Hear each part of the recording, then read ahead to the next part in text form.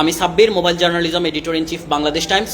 আমাদের সাংবাদিকদের সেনা সদস্য পরিচয়ে প্রায় ঘণ্টাখানেক আগে তুলে নিয়ে যাওয়া হয়েছে। অফিসে যারা কর্তব্যরত ছিল এই সন্ধ্যাকালীন শিফটে তাদের সবাইকে তুলে নিয়ে। দর্শক, অনেকে আমাকে ফোন করছেন Mojo editor in chief, Bangladesh টাইমসের এডিটর ইন চিফ হিসাবে আমার কাছ থেকে জানার জন্য।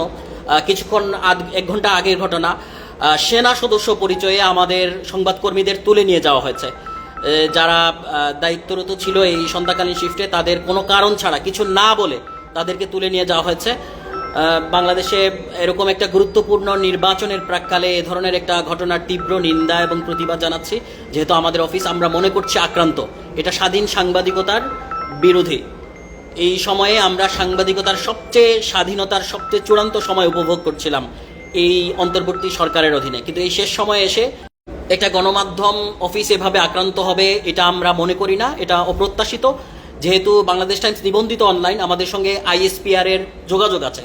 সেনাবাহিনীর নির্ধারিত যে সাংবাদিকদের সঙ্গে গণমাধ্যম যোগাযোগের যে ক্ষেত্র, সেই জায়গা থেকে আমাদের সঙ্গে যেখানে যোগাযোগ আছে সেখানে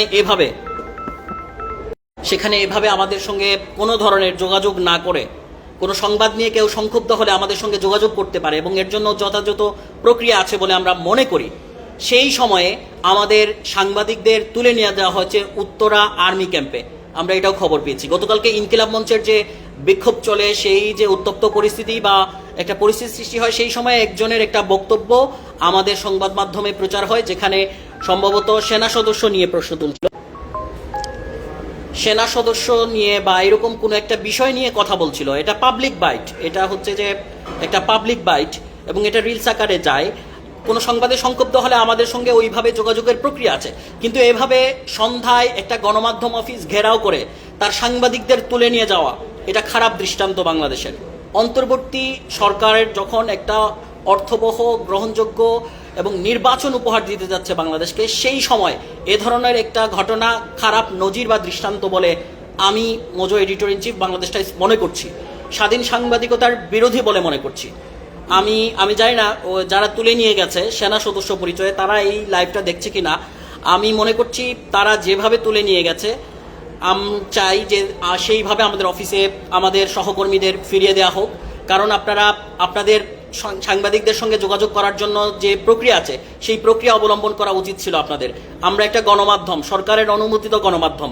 আমাদের সঙ্গে আপনারা কোনো বক্তব্য বা আপনার কোনো ক্যাম্প বা আপনার কোনো সেনা সদস্য ওই ক্যাম্পের আমাদের কোনো সংবাদে সংক্ষুব্ধ হলে ISPR এর মাধ্যমে আমাদের যোগাযোগের প্রক্রিয়া আছে, সেটা অবলম্বন না করে এভাবে তুলে নিয়ে যাওয়া, গণমাধ্যম অফিস আক্রান্ত করে তার সাংবাদিকদের কোনো কিছু না বলে, না কারণ জানিয়ে এভাবে তুলে নিয়ে যাওয়া একটা খারাপ নজির বা দৃষ্টান্ত বলে আমরা মনে করি।